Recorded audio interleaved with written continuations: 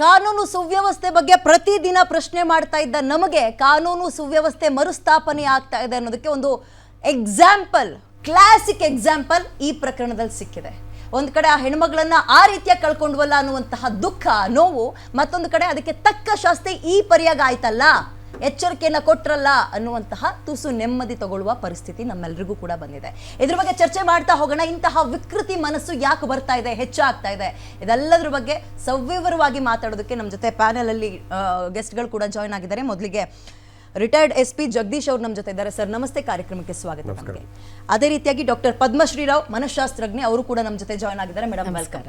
ಮತ್ತೊಬ್ರು ಜಾಯ್ನ್ ಆಗ್ತಾರೆ, ಅಭಯ್ ಶೀಲಾ ಅಂತ, ಅವ್ರನ್ನು ವೆಲ್ಕಮ್ ಮಾಡ್ಕೊಳ್ತೀನಿ. ಮೊದಲಿಗೆ ಚರ್ಚೆಯನ್ನು ಆರಂಭ ಮಾಡೋಣ. ಸರ್, ಮೊದಲನೇದಾಗಿ ಎವ್ರಿ ಡೇ ಈ ರೋಡ್ ರೇಜ್ ಪ್ರಕರಣಗಳು, ಕಳ್ತನ ಆಯಿತು, ಸುಲಿಗೆ ಆಯಿತು, ಆದರೂ ಕೂಡ ಪೊಲೀಸರು ಯಾಕೆ ನೆಗ್ಲೆಕ್ಟ್ ಮಾಡ್ತಾ ಇದ್ದಾರೆ, ಇಷ್ಟೊಂದು ದಿನ ಎಳಿತಾ ಇದ್ದಾರೆ ಅಂತ ಕಂಪ್ಲೇಂಟೇ ಮಾಡ್ತಾ ಇದ್ವಿ. ಬಟ್ ಈ ಪ್ರಕರಣದಲ್ಲಿ ಹಾಗಲ್ಲ, ಇಲ್ಲೇ ನಿಂತ್ಕೊಂಡು ಹ್ಯಾಟ್ಸ್ ಆಫ್ ಹೇಳುವಂತಹ ಪರಿಸ್ಥಿತಿ ನಮ್ಮೆಲ್ಲರಿಗೂ. ಒಂಥರ ನೆಮ್ಮದಿ ಈ ಪ್ರಕರಣದಲ್ಲಿ.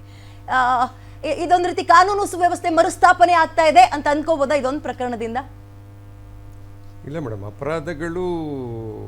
ಅಪರಾಧಗಳನ್ನ ಪತ್ತೆ ಮಾಡ್ತಕ್ಕಂಥ ಪೊಲೀಸರು ಮೂಲಭೂತ ಜವಾಬ್ದಾರಿ ಆಗುತ್ತೆ, ನಿಜ. ಜೊತೆಗೆ ಬಹುತೇಕ ವಿರಳ ಈ ಪೊಲೀಸ್ ಎನ್ಕೌಂಟರ್ ನಡೀತಕ್ಕಂಥದ್ದು ತುಂಬ ವಿರಳ. ಅದನ್ನು ಕಾನೂನನ್ನು ಕೈಗೆ ತೆಗೆದುಕೊಳ್ಳಿಕ್ಕೆ ಪೊಲೀಸ್ ಅಧಿಕಾರಿಗಳು ಕೂಡ ಆಗೋದಿಲ್ಲ. ಇಲ್ಲಿ article 21 of Indian constitution says ಈ ಎಲ್ಲ ಇಂಡಿವಿಜುವಲ್ಸ್ ಪೊಲೀಸ್ ಆಫೀಸರ್ಸ್ಗೂ ಮತ್ತು ಎಲ್ಲ ಇಂಡಿವಿಜುವಲ್ಸ್ ಕೂಡ ಒಂದು ಸೆಲ್ಫ್ ಪ್ರೊಟೆಕ್ಷನ್ ರೈಟ್ಸ್ ಇದೆ. ಆ ಹಿನ್ನೆಲೆಯಲ್ಲಿ ಇವರು ಮಾಡಿದ್ದಾರೆ. ಪೊಲೀಸ್ ಅಧಿಕಾರಿಗಳು ಯಾವ ಸಂದರ್ಭದಲ್ಲಿ ಎನ್ಕೌಂಟರ್ ಮಾಡಿದ, ತನಿಖೆ ಸಂದರ್ಭದಲ್ಲಿ ಎನ್ಕೌಂಟರ್ ಮಾಡಿದ್ದಾರೆ ಅಥವಾ ಅವನ ಆರೋಪಿನ ಅರೆಸ್ಟ್ ಮಾಡುವ ಸಂದರ್ಭದಲ್ಲಿ ಆ ಒಂದು ಕಾನ್ಫ್ರಂಟೇಷನ್ ಅಂತ ಹೇಳ್ತೇವೆ, ಕಾನ್ಫ್ರಂಟೇಷನ್ ಆದಾಗ ಪೊಲೀಸರು ಅನಿವಾರ್ಯವಾಗಿ ಎಲ್ಲ ಮುನ್ನೆಚ್ಚರಿಕೆಯನ್ನು ತೆಗೆದುಕೊಂಡು ಹೇಳಿ ನಂತರ ಇದು ಮಾಡಿ ಅವನ ಎನ್ಕೌಂಟರ್ ಫೇಸ್ ಅವನ ಎದುರಾಳಿಯ ಒಂದು ರಿಯಾಕ್ಷನ್ ಪ್ರತಿಕ್ರಿಯೆಯನ್ನು ಮಾಡಲಿಕ್ಕೆ ಆಗದ ಅನಿವಾರ್ಯ ಕಾರಣಗಳಿಂದಾಗಿ ಅವರು ಎನ್ಕೌಂಟರ್ ಮಾಡಲಿಕ್ಕೆ ಪೊಲೀಸ್ ಅಧಿಕಾರಿಗಳಿಗೆ ಸೆಲ್ಫ್ ಪ್ರೊಟೆಕ್ಷನ್ ಅಡಿಯಲ್ಲಿ ಸಾಧ್ಯತೆ ಇದೆ. ಆದರೆ ಇದನ್ನು ಮಾಡಿದರೆ ಬಹುತೇಕ ಎಲ್ಲ ಪ್ರಕರಣಗಳು ಕೂಡ ಇದನ್ನು ಬಳಸ್ಕೊಳ್ಳಿಕ್ಕೆ ಆಗೋದಿಲ್ಲ. ಇದಾದ ಕೂಡಲೇ ಅದು ಎಲ್ಲೋ ಒಂದು ಕಡೆ ಆರೋಪಿಗಳಿಗೆ ಒಂದು ಭಯ ಹುಟ್ಟಿಸತಕ್ಕಂಥ ಒಂದು ವಾತಾವರಣ ಧಾರವಾಡ ಹುಬ್ಳಿಯಲ್ಲಿ ಖಂಡಿತ ಆಗಿದೆ ಅಂತ ನಾನು ಹೇಳ್ತೇನೆ. ಈ ಸಂದರ್ಭದಲ್ಲಿ ಧಾರವಾಡ ಹುಬ್ಳಿಯ ಪೊಲೀಸ್ ಅಧಿಕಾರಿಗಳು, ವಿಶೇಷವಾಗಿ ಅನ್ನಪೂರ್ಣ, PSI ಅಥವಾ ASI ಗೊತ್ತಿಲ್ಲ, PSI ಇರ್ಬೋದು, ASI ಇರ್ಬೋದು, ಅವರ ಒಂದು ಟೈಮ್ಲಿ ಆಕ್ಷನ್, ಸಾಂದರ್ಭಿಕವಾಗಿ ಸಮಯೋಚಿತವಾಗಿ ಅವರೇನು ಕ್ರಮ ಜರುಗಿಸಿದ್ರೆ ಕೆಲವು ಸರಿ ಪೊಲೀಸ್ ಹಿರಿಯ ಅಧಿಕಾರಿಗಳು ಕೂಡ ತಿಳಿಸಬೇಕಾಗುತ್ತೆ. ಅಂಥ ಒಂದು ಒತ್ತಡದಲ್ಲೂ ಸಹ ಅವರು ಈ ಕಾರ್ಯಾಚರಣೆ ಮಾಡಿರ್ತಕ್ಕಂಥದ್ದು ನಿಜಕ್ಕೂ ಕೂಡ ಶ್ಲಾಘನೀಯ ಅಂತ ನಾನು ಅಂದುಕೊಂಡಿದ್ದೇನೆ. ಟೋಟಲಿ ಹುಬ್ಳಿ ಧಾರವಾಡ ಪೊಲೀಸರಿಗೆ ಹ್ಯಾಟ್ಸಪ್ ಅಂತ ಹೇಳ್ಬೋದು.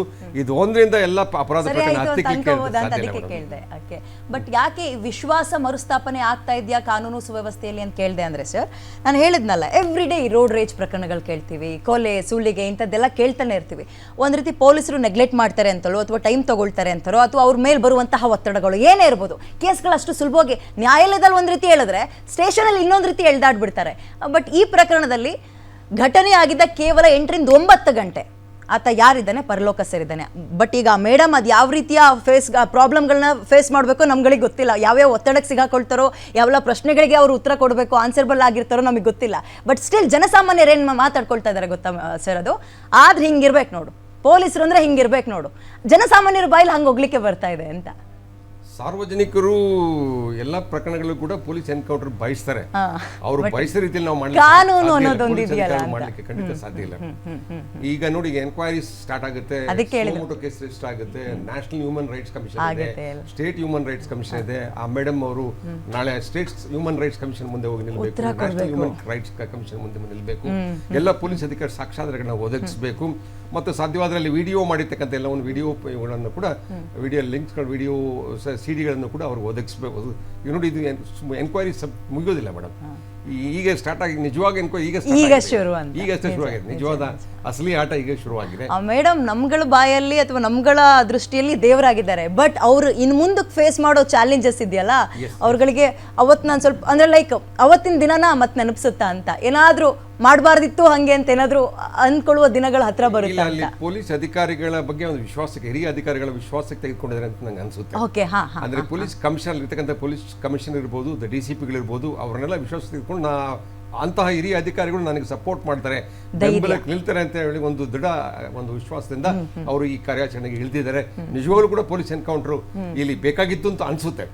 ಆದ್ರೆ ಎಷ್ಟು ಒತ್ತಡದಲ್ಲಿ ಯಾವ ರೀತಿ ಒಂದು ಅಲ್ಲಿ ಕನ್ಫ್ರಂಟೇಷನ್ ಆಯ್ತು ಅನ್ನೋ ವಿವರಗಳನ್ನ ನಾವು ಇನ್ನು ಮುಂದೆ ವಿಚಾರಣೆಯಲ್ಲಿ ತಿಳ್ಕೊಳ್ಬೇಕಾಗಿದೆ. ನಿಜ ನಿಜ ಮೇಡಮ್, ಇಂತಹ ಪ್ರಕರಣಗಳಾದಾಗ ಸಾಮಾನ್ಯವಾಗಿ ನಮಗೆ ಬರುವಂತಹ ಪ್ರಶ್ನೆ ಅವರ ಮನಸ್ಥಿತಿ ಯಾವ ಹಂತಕ್ಕೆ ಹೋಗಿ ನಿಂತಿರುತ್ತೆ ಅಂತ. ಒಂದು ಅತ್ಯಾಚಾರ ಅಥವಾ ರೇಪ್ ಅಂತ ಏನು ಹೇಳ್ತೀವಿ, ಅದನ್ನು ಮಾಡೋದೇ ವಿಕೃತ ಮನಸ್ಸು. ಅಂಥದ್ರಲ್ಲಿ ಪುಟ್ಟ ಮಗುವನ್ನು ಕೂಡ ಆ ವಿಕೃತ ಕಣ್ಣಿನಿಂದ ನೋಡ್ತಾನೆ ಅಂದಾಗ ಅವನು ಡೆಫಿನೆಟ್ಲಿ ನಾರ್ಮಲ್ ಆಗಿ ಇರುವಂತಹ ಮನುಷ್ಯ ಅಂತೂ ಆಗಿರಲ್ಲ.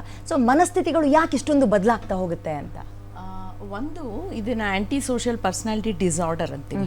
ಆ ವ್ಯಕ್ತಿಯ ಒಂದು ಪರ್ಸನಾಲಿಟಿನೇ ಆ ಥರ ರೂಪುಗೊಂಡಿದೆ. ಯಾಕಂದ್ರೆ 5 ವರ್ಷದ ಮಗುವಿನಲ್ಲಿ ಆ ಥರ ಒಂದು ಕಾಮಕತೆ ಕಾಣಬೇಕಾದ್ರೆ ಅದು ಒಂದು ನಾರ್ಮಲ್ ಮೆಂಟಲ್ ಸ್ಟೇಟ್ ಅಲ್ವೇ ಅಲ್ಲ ಅದು. ಸೊ ಈ ಅಬ್ನಾರ್ಮಲ್ ಮೆಂಟಲ್ ಸ್ಟೇಟು ಪ್ಲಸ್ ಅಂಥವ್ರು ಯಾವುದಕ್ಕೂ ಹೆದರಲ್ಲ. ಆ ಮೊಮೆಂಟ್ ನಲ್ಲಿ ಆ ಇನ್ಸ್ಟಿಂಕ್ಟ್ ಅವ್ರಿಗೆ ಬಂದಾಗ ಅವ್ರು ಯಾವುದಕ್ಕೂ ಹೆದರಲ್ಲ, ಯಾವ ಚೌಕಟ್ಟಲ್ಲೂ ಅವ್ರು ಇರೋದಿಲ್ಲ. They go beyond the boundaries ಅಂತ ನಾವು ಹೇಳ್ಬೋದು. ಸೊ ಈ ಪರಿಸ್ಥಿತಿನಲ್ಲಿ ಸರ್ ಹೇಳ್ದಂಗೆ ಅವರು ಒಂದು ಎನ್ಕೌಂಟರು ಹೌದು, ಬಟ್ ಒಂದು ನನ್ನ ಅಭಿನಂದನೆಗಳನ್ನು ಸಲ್ಲಿಸೋಕ್ಕೆ ಇಷ್ಟಪಡ್ತೀನಿ. ಯಾಕಂದರೆ ನಾವು ಒಂದು ಮೆಂಟಲ್ ಹೆಲ್ತಲ್ಲಿರುವಾಗ ನಾವು ಇದನ್ನು ಬೇರೆ ರೀತಿ ಫಾಲೋ ಮಾಡ್ತಾ ಹೋಗ್ತೀವಿ. ಬಟ್ ಆಕೆ ಪೊಲೀಸ್ ಆಫೀಸರ್ ಮಾಡಿರೋದು ಫ್ಲೈಟ್ ಅಂಡ್ ಫೈಟ್ ರೆಸ್ಪಾನ್ಸ್ ಅಂತ ಹೇಳ್ತೀವಿ. ಆ ಮೊಮೆಂಟಲ್ಲಿ what comes to your mind first ಅಷ್ಟೇ. ಆವಾಗ ಎಲ್ಲವುದು ಹಿಂದೆ ಹೊಟ್ಟೋಗಿರುತ್ತೆ. The action comes first. So that is a way we respond to your situation. But ಈ ವ್ಯಕ್ತಿ ಕಾಮುಕ, ಆ ವಿಕೃತ ಮನಸ್ಸು ಅದು ತುಂಬ ಜಾಸ್ತಿ ಆಗ್ತಾ ಇದೆ. ಮಗು 3 ವರ್ಷದ ಮಕ್ಕಳ ಮೇಲೂ ಮಾಡ್ತಾ ಇರೋದು ನಾವು ನೋಡ್ತಾ ಇದ್ದೀವಿ. ಆದರೆ ಇದು ನಮಗೆ ಇಮಿಡಿಯೇಟ್ ರಿಸಲ್ಟ್ ಅಂತ ನಾವೆಲ್ಲ ಏನು ಅಂದ್ಕೊಳ್ತೀವಿ, ಜನಕ್ಕೆ ಸಿಕ್ಕಿದೆ. ಮುಂದೆ ಅವರ ಹಂತವಾದ ಒಂದು ಎನ್ಕ್ವೈರೀಸ್ ವಿಚಾರಣೆಗಳು ಅವ್ರದ್ದಿರುತ್ತೆ ನಿಜ. ಆದರೆ ನಾನು ಸೋಷಿಯಲ್ ಮೀಡಿಯಲ್ಲಿ ನಾನು ಫಾಲೋ ಮಾಡ್ತಾ ಇದ್ರೆ ಇಡೀ ಊರ ನಮ್ಮ ಪೊಲೀಸ್ ಆಫೀಸರ್ಗೆ ಅಭಿನಂದನೆಗಳನ್ನ ಸಲ್ಲಿಸ್ತಾ ಇದ್ದಾರೆ. ಯಾಕಂದರೆ ಮೇ ಬಿ ಪೇರೆಂಟ್ಸ್ಗೆ ಏನೋ ಒಂಥರ, ಬೇರೆ ಪೇರೆಂಟ್ಸ್ಗೆ, ಆ ಪೇರೆಂಟ್ಸ್ಗೆ ನಾವು ಸಮಾಧಾನದಲ್ಲಿ ಸರಿ ಮಾಡೋಕ್ಕಾಗಲ್ಲ, ಅದು ನೋವುದು. ಆದರೆ ಬೇರೆ ಪೇರೆಂಟ್ಸ್ಗೆ ಎಲ್ಲೋ ಒಂದು ಕಡೆ ಏನೋ ಒಂದು ಆ್ಯಕ್ಷನ್ ಆಯಿತು ಅನ್ನೋ ಒಂದು ಧೈರ್ಯ ಸಿಕ್ಕಿದೆ ಕಾನೂನಿನ ಮೇಲೆ. ನಿಜ, ಅಂದರೆ ಶಿ ಈಸ್ ಅ ಹೀರೋ ಇವತ್ತು ನಮ್ಮೆಲ್ಲರ ಮುಂದೆ. ಬಟ್ ಆ ಮೇಡಮ್ ಮುಂದಕ್ಕೆ ಫೇಸ್ ಮಾಡಬೇಕಾಗಿರುವಂತಹ ಪರಿಸ್ಥಿತಿಗಳು ಸರ್ ಡಿಪಾರ್ಟ್ಮೆಂಟಲ್ಲಿ ಇರೋದ್ರಿಂದ ಅವ್ರುಗಳಿಗೆ ಗೊತ್ತಿರುತ್ತೆ ಯಾವ ರೀತಿಯ ಪ್ರೆಷರ್, ಒತ್ತಡಗಳನ್ನು ತರ್ತಾರೆ, ಯಾವ ರೀತಿ ಅವರು ವಿಚಾರಣೆನ ಎದುರಿಸಬೇಕಾಗುತ್ತೆ ಅಂತ. ಸರ್ ನಿಮಗೆ ಕೇಳ್ತೀನಿ, ಇವತ್ತು ನಾನು NCB ತೆಗಿತಾ ಇದ್ದೆ. ರೇಪ್ ರೇಟ್ ಅಂತ ನೋಡಿದಾಗ ಮೈನರೇ ತಗೊಳ್ಳೋಣ, ಎವ್ರಿ ಡೇ ನಮ್ಮ ದೇಶದಲ್ಲಿ ಎವ್ರಿ ಡೇ ಅಟ್ಲೀಸ್ಟ್ 90 ಕೇಸ್ಗಳು ದಾಖಲಾಗ್ತಾ ಇದೆ. ವೈ ನಮ್ಮ ದೇಶದಲ್ಲೇ ಯಾಕೆ ಹೀಗಾಗ್ತಾ ಇದೆ? ಅಗೇನ್ ಕ್ವೆಶನ್ ಎಲ್ಲಿ ಬರುತ್ತೆ, ಕಾನೂನು ಗಟ್ಟಿ ಇಲ್ವಾ, ಸುವ್ಯವಸ್ಥೆ ಸರಿ ಇಲ್ವಾ ಅಂತ ಏನು ಹೇಳ್ತೀರಿ? ಕಾನೂನು ಮತ್ತು ಶಾಂತಿ ಸುವ್ಯವಸ್ಥೆ ನಿಜವಾಗ್ಲೂ ಕೂಡ ಅಚ್ಚುಕಟ್ಟಾಗಿದೆ, ಚೆನ್ನಾಗಿದೆ ಅಂತ ಕರ್ನಾಟಕ ರಾಜ್ಯ ಪೊಲೀಸ್ ಅಂದ್ಕೊಂಡಿದ್ದೇನೆ. ಅಪರಾಧ ಮಾನಸಿಕ ಸ್ಥಿತಿ, ಅಪರಾಧ ಅಂತ ಮಾನಸಿಕ ಸ್ಥಿತಿ ಇದೆಯಲ್ಲ, ಅಪರಾಧಿಗಳ ಮಾನಸಿಕ ಸ್ಥಿತಿ ಅಥವಾ ಆರೋಪಿಗಳ ಮಾನಸಿಕ ಸ್ಥಿತಿಯನ್ನು ನಾವು ಗೆಸ್ ಮಾಡ್ಲಿಕ್ಕೆ ಸಾಧ್ಯ ಇಲ್ಲ. ಸಮಾಜದಲ್ಲಿ ನಾವು ಇಂಥವ್ರನ್ನ ಕಾಣ್ತಲೇ ಇರ್ತೀವಿ, ನೋಡ್ತಲೇ ಇರ್ತೀವಿ. ಆ ಸಂದರ್ಭಗಳಲ್ಲಿ ಸಮಯೋಚಿತವಾಗಿ ಸಂದರ್ಭಗಳಲ್ಲಿ ಪೊಲೀಸ್ ಅಧಿಕಾರಿಗಳು ಕಾರ್ಯಾಚರಣೆ ಮಾಡ್ತಕ್ಕಂಥ ಸಂದರ್ಭಗಳು ಬರ್ತದೆ. ಆದರೆ ಹೀಗೆ ಯಾತಕ್ಕೋಸ್ಕರ ಈ ಸಮಾಜದಲ್ಲಿ ಬೆಳವಣಿಗೆ ಆಯಿತು ಅಂತಕ್ಕಂಥ ಮನುಷ್ಯ ಒಂದು ಮಾತನ್ನು ಹೇಳಲಿಕ್ಕೆ ಬಯಸ್ತೇನೆ. ಅಪರಾಧ ಯಾವಾಗ ಹುಟ್ಟಿತು ಅಂತಕ್ಕಂಥದ್ದು ಹೇಳೋದಾದರೆ ಪ್ರಾಯಶಃ ಮನುಷ್ಯ ಯಾವಾಗ ಹುಟ್ಟಿದ ಅವ್ರ ಜೊತೆಗೆ ಅಪರಾಧ ಹುಟ್ಟಿತು ಅಂತ ಅಲ್ವಾ. ಈ ಅಪರಾಧ ಹುಟ್ಟಿದ ಮನುಷ್ಯನ ಜೊತೆಗೆ ಅಪರಾಧ ಹುಟ್ಟಿದೆ. ಈ ಅಪರಾಧ ಯಾವ ರೀತಿ ಆಗುತ್ತೆ, ಏಕೆ ಆಗುತ್ತೆ, ಹೆಂಗೆ ಆಗುತ್ತೆ, ಮೇಡಮ್ ಹೇಳ್ತಾ ಇದ್ರಲ್ಲ, ಅದು ಯಾವ ಸಂದರ್ಭದಲ್ಲಿ ಹೇಗೆ ಏನು ಅಂತ ಗೊತ್ತಿಲ್ಲ.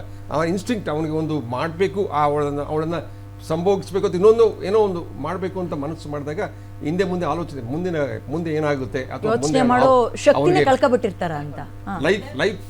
ಲೈಫ್ ಇಂಪ್ರಿಸನ್ಮೆಂಟ್ ಆಗುತ್ತೆ ಅಥವಾ ಇನ್ಯಾವುದೋ ಅವನಿಗೆ ದೊಡ್ಡ ಒಂದು ಗಂಡಾಂತರ ಇದೆ ಅಂತಕ್ಕಂಥ ಮನಸ್ಸಿಗೆ ಅವನಿಗೆ ಹೋಗೋದೇ ಇಲ್ಲ. ಆ ರೀತಿಯಲ್ಲಿ ಇಂತಹ ಅಪರಾಧಗಳ ಹೆಚ್ಚುವಿಕೆಗೆ ಒಂದು ರೀತಿ ಎಲ್ಲೋ ಒಂದು ಕಡೆ ಸಮಾಜವೇ ಕಾರಣ ಅಂತ ಅನಿಸುತ್ತೆ. ನಾನು ಅದನ್ನ ಹೇಳಿದ್ನಲ್ಲ ಸರ್, ಮೈನರೇ 90 ಅಟ್ಲೀಸ್ಟ್ 90 ಕೇಸ್ಗಳು ದಾಖಲಾಗ್ತಾ ಇರೋದು ಎವ್ರಿ ಡೇ ಇಂಡಿಯಾದಲ್ಲಿ. ಇನ್ನು ಬೇರೆ ಬೇರೆ ನಂಬರ್ಸ್ ತಗೊಂಡಾಗ ಇನ್ನೂ ಜಾಸ್ತಿ ಆಗುತ್ತೆ. ಈ ಕೊಳಕು ಮನಸ್ಥಿತಿ ನಮ್ಮ ದೇಶದಲ್ಲೇ, ನಾನು ಬರೀ ರಾಜ್ಯ ತಗೊಳ್ತಾ ಇಲ್ಲ, ನಮ್ಮ ದೇಶದಲ್ಲೇ ಯಾಕೆ ಹೆಚ್ಚಾಗ್ತಾ ಇದೆ ಅಂತ ಹಂಗೆ ನೋಡೋದಾದ್ರೆ ಸಾಂಪ್ರದಾಯಿಕತೆಯನ್ನು ಇನ್ನೂ ಗಟ್ಟಿಯಾಗಿ ತಗೊಂಡಿರೋ ದುಬೈ ತಗೊಳ್ಳೋಣ, ಚೀನಾ ತಗೊಳ್ಳೋಣ, UAE ತಗೊಳ್ಳೋಣ, ಇಲ್ಲೆಲ್ಲ ಅತ್ಯಾಚಾರ ಅಂತ ಕೇಳೋದು ವೆರಿ ರೇರ್ ಸರ್. ಅಲ್ಲಿ ಇನ್ ಕೇಸ್ ಅಂಥದ್ದು ಏನಾದ್ರು ಪ್ರಕರಣ ಆಯಿತು ಅಂದರೆ ಇಡೀ ವಿಶ್ವದಲ್ಲೇ ನ್ಯೂಸ್ ಪೇಪರ್ ಹೆಡ್ಲೈನ್ಸ್ ಎಲ್ಲ ಅದಿರುತ್ತೆ, ಅಂಥ ಶಿಕ್ಷೆ ಕೊಟ್ಟರು ಅಲ್ಲಿ ಅಂತ. ಬಹುಶಃ ಆ ಒಂದು ಪ್ರೊಸೀಜರ್ನ, ಕಾನೂನನ್ನು, ಲಾನ ಇಲ್ಲಿ ಬಳಸ್ದಲ್ಲೇ ಇರೋದೆ ಮುಂದಕ್ಕೆ ನೋಡೋಣ ಅಂತನೋ ಅಥವಾ ಇನ್ನೊಂದು ಸ್ವಲ್ಪ ಯೋಚನೆ ಮಾಡೋಣ ಅನ್ನೋದೇ ಇಂಥ ಕೇಸ್ಗಳಿಗೆ ಜಾಸ್ತಿ ಆಗ್ತಾ ಇದೆ ಅಂತ ಹೇಳ್ಬೋದಾ ನಾವು? ಆರೋಪಗಳು ಸಾಬೀತಾಗುವವರೆಗೆ ಅವನು ಆರೋಪಿ ಆಗಿರೋದಿಲ್ಲ. ಅವನು ಆರೋಪಗಳು ಸಾಬೀತಾಗಲಿಕ್ಕೆ ಬಿಡದೇ ಇರ್ತಕ್ಕಂಥ ಸನ್ನಿವೇಶಗಳು ಇದೆ. ಹೀಗೆ ಆರೋಪಿಗಳು ತಪ್ಪಿಸ್ಕೊಳ್ತಕ್ಕಂಥ ಚಾನ್ಸಸ್ ಇದೆ. ಸ್ಮಾಲ್ ಒಂದು ಇದಿದ್ರು ಕೂಡ ತಪ್ಪಿಸ್ಕೊಳ್ತಕ್ಕಂಥ ಸಾಧ್ಯತೆ ಇರುತ್ತೆ. ಅಪರಾಧಗಳ ಸಂಖ್ಯೆ ಹೆಚ್ಚಳ ಅದೇ ರೀತಿಯಲ್ಲಿ, ಅದೇ ರೀತಿ ಒಂದು ಈ ಶಿಕ್ಷೆ ಪ್ರಕ್ರಿಯೆ ಇದೆಯಲ್ಲ, ಅದು ಕೂಡ ಎಲ್ಲೋ ಒಂದು ಕಡೆ ಐ ಥಿಂಕ್ ಒಂದು 70% 60% ಶಿಕ್ಷೆ ಆಗ್ತಕ್ಕಂಥ ಸಂದರ್ಭಗಳಿದ್ದರೆ ಆರೋಪಿಗಳಿಗೂ ಬಲವಾದ ರೀತಿಯ ಒಂದು ಹೆದರಿಕೆ ಭಯ ಹುಟ್ಟುತ್ತಾ ಇತ್ತು ಅಂತ ಅನಿಸುತ್ತೆ. ಇಲ್ಲಿ ಎಲ್ಲೋ ಒಂದು ಕಡೆ ನಮ್ಮ ದೇಶದಲ್ಲಿ ಐ ಥಿಂಕ್ ಹಾರ್ಡ್ಲಿ 5%, 6% ಮಾತ್ರ ಶಿಕ್ಷೆ ಆಗ್ತಕ್ಕಂಥ ಪ್ರಕರಣಗಳು. ಈಗ ನೀವು ಹೇಳ್ತಾ ಇದ್ದೀರಿ ಸಮಾಜದಲ್ಲಿ ನಾವು ಪ್ರತಿಯೊಬ್ಬ ಪೋಷಕರು ಮಾತ್ರ ಜವಾಬ್ದಾರಿ, ಆ ಬಾಲಕಿಯ ತಂದೆ ತಾಯಿಗಳ ಜವಾಬ್ದಾರಿ ಎಷ್ಟು ರೀತಿ ಇರುತ್ತೋ ಅದೇ ರೀತಿ ಆರೋಪಿಯ ತಂದೆ ತಾಯಿಗಳು ಕೂಡ ಅಷ್ಟೇ. ಆರೋಪಿಯ ತಂದೆ ತಾಯಿಗಳು ಅವನಿಗೆ ಒಂದು ಸರಿಯಾದ ಒಂದು ನಾಲೆಡ್ಜ್, ಜ್ಞಾನವನ್ನ ಯಾವುದು ತಪ್ಪು ಯಾವುದು ಸರಿ ಅಂತ ಸಮಾಜದಲ್ಲಿ ಹಂಗೂ ಇರಬಹುದು ಸರ್. ತಂದೆ ತಾಯಿ ಸುಶಿಕ್ಷಿತರೇ ಇರ್ತಾರೆ, ಅವ್ರು ಅದ್ಭುತವಾದಂತಹ ಕೆಲಸವನ್ನೇ ಮಾಡ್ತಿರ್ತಾರೆ, ಮಕ್ಕಳಿಗೆ ಇಂಥದ್ದನ್ನ ಒಳ್ಳೇದನ್ನೇ ಮಾಡು ಅಂತ ಹೇಳ್ಕೊಡ್ತಿರ್ತಾರೆ. ಬಟ್ ಮಕ್ಕಳು ದಾರಿ ತಪ್ಪಿರೋದು ಎಷ್ಟೋ ಉದಾಹರಣೆಗಳಿದಾವೆ ಇಲ್ಲಿ. ಈಗ ಸಾಧ್ಯತೆಗಳಿದೆ. ಮಾನಸಿಕ ಸ್ಥಿತಿ ಅವ್ರದ್ದು ಯಾವಾಗ ಏನು ಯಾವ ರೀತಿ ಆಗುತ್ತೆ ಅಂತಕ್ಕಂಥದ್ದು ಹೇಳಲಿಕ್ಕೆ ಸಾಧ್ಯ ಇಲ್ಲ. ಅದು ಅವರನ್ನೇ ಇಂಟ್ರಾಗೇಷನ್ ಮಾಡಿದಾಗ ಅಥವಾ ಎನ್ಕ್ವೈರಿ ಮಾಡಿದಾಗ ಸಂದರ್ಭಗಳು ಬರುತ್ತೆ. ಬಿಹಾರ್ ಬಂದಂತ ಆರೋಪಿ ಆಯ್ತು, ಬಹುತೇಕ ಅವನು ಕೂಲಿ ಕೆಲಸದಲ್ಲಿರ್ಬೋದು ಅಥವಾ ಏನ್ ಮಾಡ್ಲಿಕ್ಕೆ ಬಂದಿದ್ದೆ ಗೊತ್ತಿಲ್ಲ. ಅವನು ಯಾವ ಕೃತ್ಯಕ್ಕೆ ಬಂದ ಅಥವಾ ವುಮನ್ ಟ್ರಾಫಿಕಿಂಗ್ ಏನ್ ಬಂದಿದ್ದ, ಆ ಮಗುವನ್ನು ಕಿಡ್ನಾಪ್ ಮಾಡಿ ಇನ್ನೊಂದು ಕಡೆ ಮಾರಾಟ ಮಾಡ್ತಕ್ಕಂಥ ದಂಧೆನ ಅವ್ನು ಏನ್ ಮಾಡ್ತಾ ಇದ್ದಾನೆ ತನಿಖೆಯಲ್ಲಿ ವಿಚಾರಣೆ ತಿಳಿಸ್ಬರ್ಬೇಕಾಗಿದೆ. ಒಂದು ಆರೋಪಿ ಅವನು ಕಾಮುಕ ಇರ್ತಕ್ಕಂಥದ್ದು, ಅವನು ವಿಕೃತ ಕಾಮಿಯೋ ಅಥವಾ ವುಮನ್ ಟ್ರಾಫಿಕಿಂಗ್ ಬಳಸಲಿಕ್ಕೆ ಈ ಮಗುವನ್ನು ಕಿಡ್ನಾಪ್ ಮಾಡಿದ, ಅಲ್ಲಿ ಅವನ ಮುಂದಿನ ಸ್ಥಿತಿ ಏನಂದ್ರೆ ಆ ಬಾಲಕಿಯ ಜೊತೆಗೆ ಆ ಒಂದು ಅತ್ಯಾಚಾರಕ್ಕೆ ಆದ ಸಂದರ್ಭದಲ್ಲಿ ಅವಳನ್ನ ಪ್ರಾಯಶಃ ಹೊರಗಡೆ ಹೋದ್ರೆ ನಾನು ಗೊತ್ತಾಗುತ್ತೆ ಅನ್ನೋ ಒಂದು ಭಯದ ದೃಷ್ಟಿಯಿಂದ ಆರೋಪಿನ ಕೊಂದು ಬಿಟ್ಟಿರ್ಬೋದು ಅಂತ ಅನ್ಸುತ್ತೆ. ಇಂಥ ಹೀನ ಕೃತ್ಯಕ್ಕೆ, ಇಂಥ ಘೋರ ಅಪರಾಧಕ್ಕೆ ಕೈ ಹಾಕ್ತಕ್ಕಂಥ ಆರೋಪಿ ಅವನ ಮಾನಸಿಕ ಸ್ಥಿತಿ ನಿಜವಾಗ್ಲೂ ಕೂಡ ಅವನು ಯಾವ ರೀತಿ ಇತ್ತು ಅಂತ ಗೆಸ್ ಮಾಡ್ಲಿಕ್ಕೆ ಆ ಸೆಕೆಂಡಿಗೆ ಒಂದು ಸೇಫ್ ಆಗಕ್ ಹೋಗಿದ್ದಾನೆ, ಬಟ್ ಇಂಥ ದುರ್ಘಟನೆ ನಡೆದಿದೆ ಅಂತ. ಇಲ್ಲಿ ನಾವು ಚರ್ಚೆ ಮಾಡಬೇಕಾಗಿರೋದು ಯಾಕೆ ನಮ್ಮಲ್ಲೇ ಜಾಸ್ತಿ ಆಗ್ತದೆ ಕಾನೂನು ಸುವ್ಯವಸ್ಥೆ ಬಗ್ಗೆ. ಅಗೇನ್ ಪ್ರಶ್ನೆ ಮತ್ತೊಂದು, ಮನಸ್ಥಿತಿಗಳು ಈ ಮಟ್ಟಕ್ಕೆ ಕೀಳು ಮನಸ್ಥಿತಿಯನ್ನು ಹೊಂದ್ತಾ ಇದ್ದಾರೆ, ಕೊಳಕು ಮನಸ್ಥಿತಿಯನ್ನು ಹೊಂದ್ತಾ ಇದ್ದಾರೆ ಅಂದಾಗ ಎಲ್ಲಿಂದ ಎಜುಕೇಶನ್ ಶುರುವಾಗಬೇಕು?